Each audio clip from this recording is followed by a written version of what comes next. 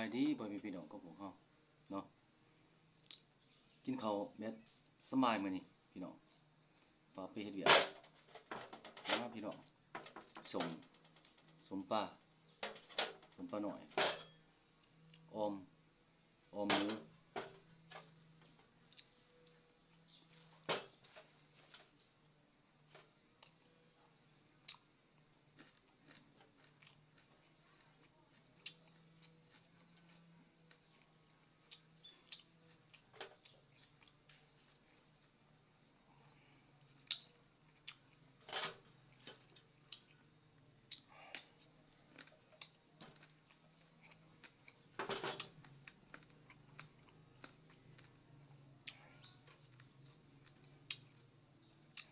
เด็ดพี่น้อง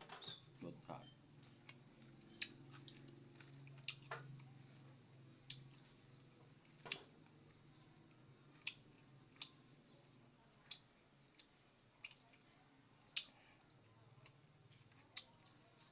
สมปลาหน่อย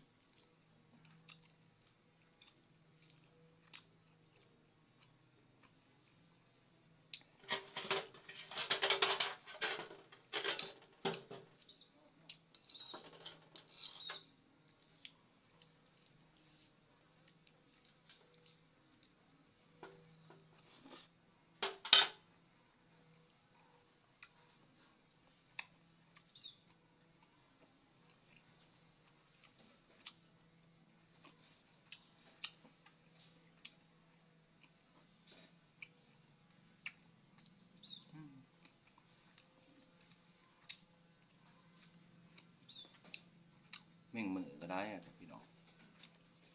ไม่แม่งวันแม่งมือ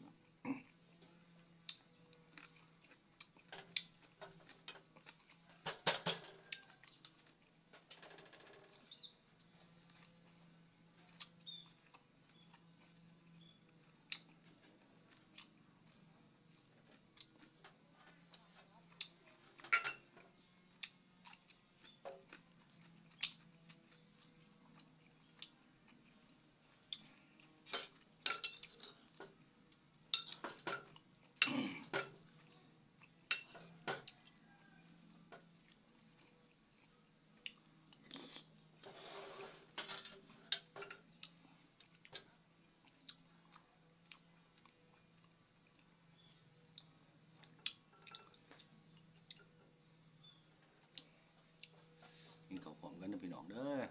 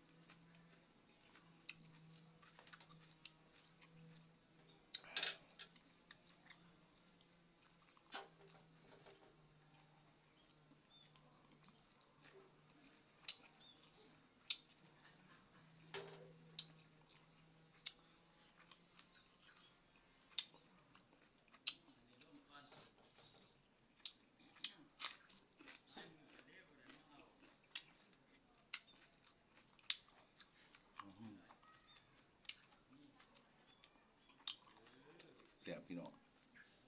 เพื่อนๆเนาะกินข้าวพร้อมกันเด้อ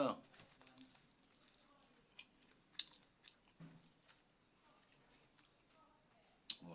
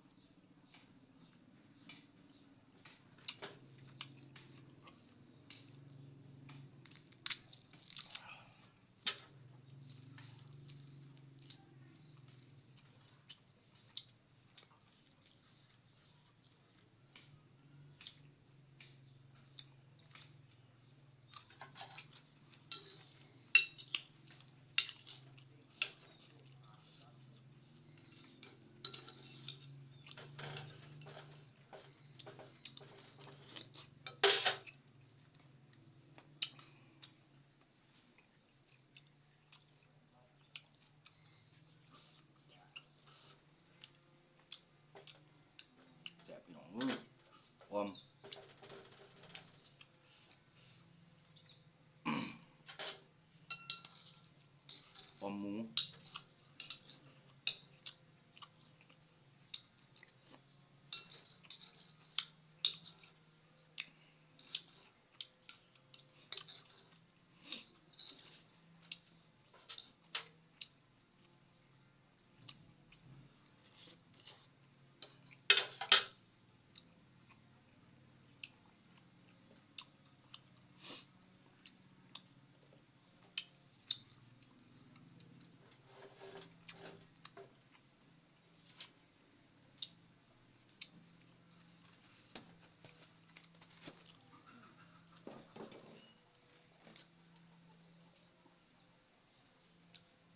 เขาเอื่นเขางองอก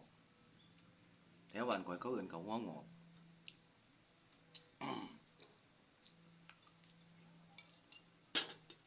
เป็นประเภทของหวานเนาะกูใส่มะพร้าวพวกปานกลางเนี่ยใส่น้ำตาลข้าวเหนียวเขานี่โอ้แซ่บจังน้ำจอนมะพร้าวน้ำซีรสหวาน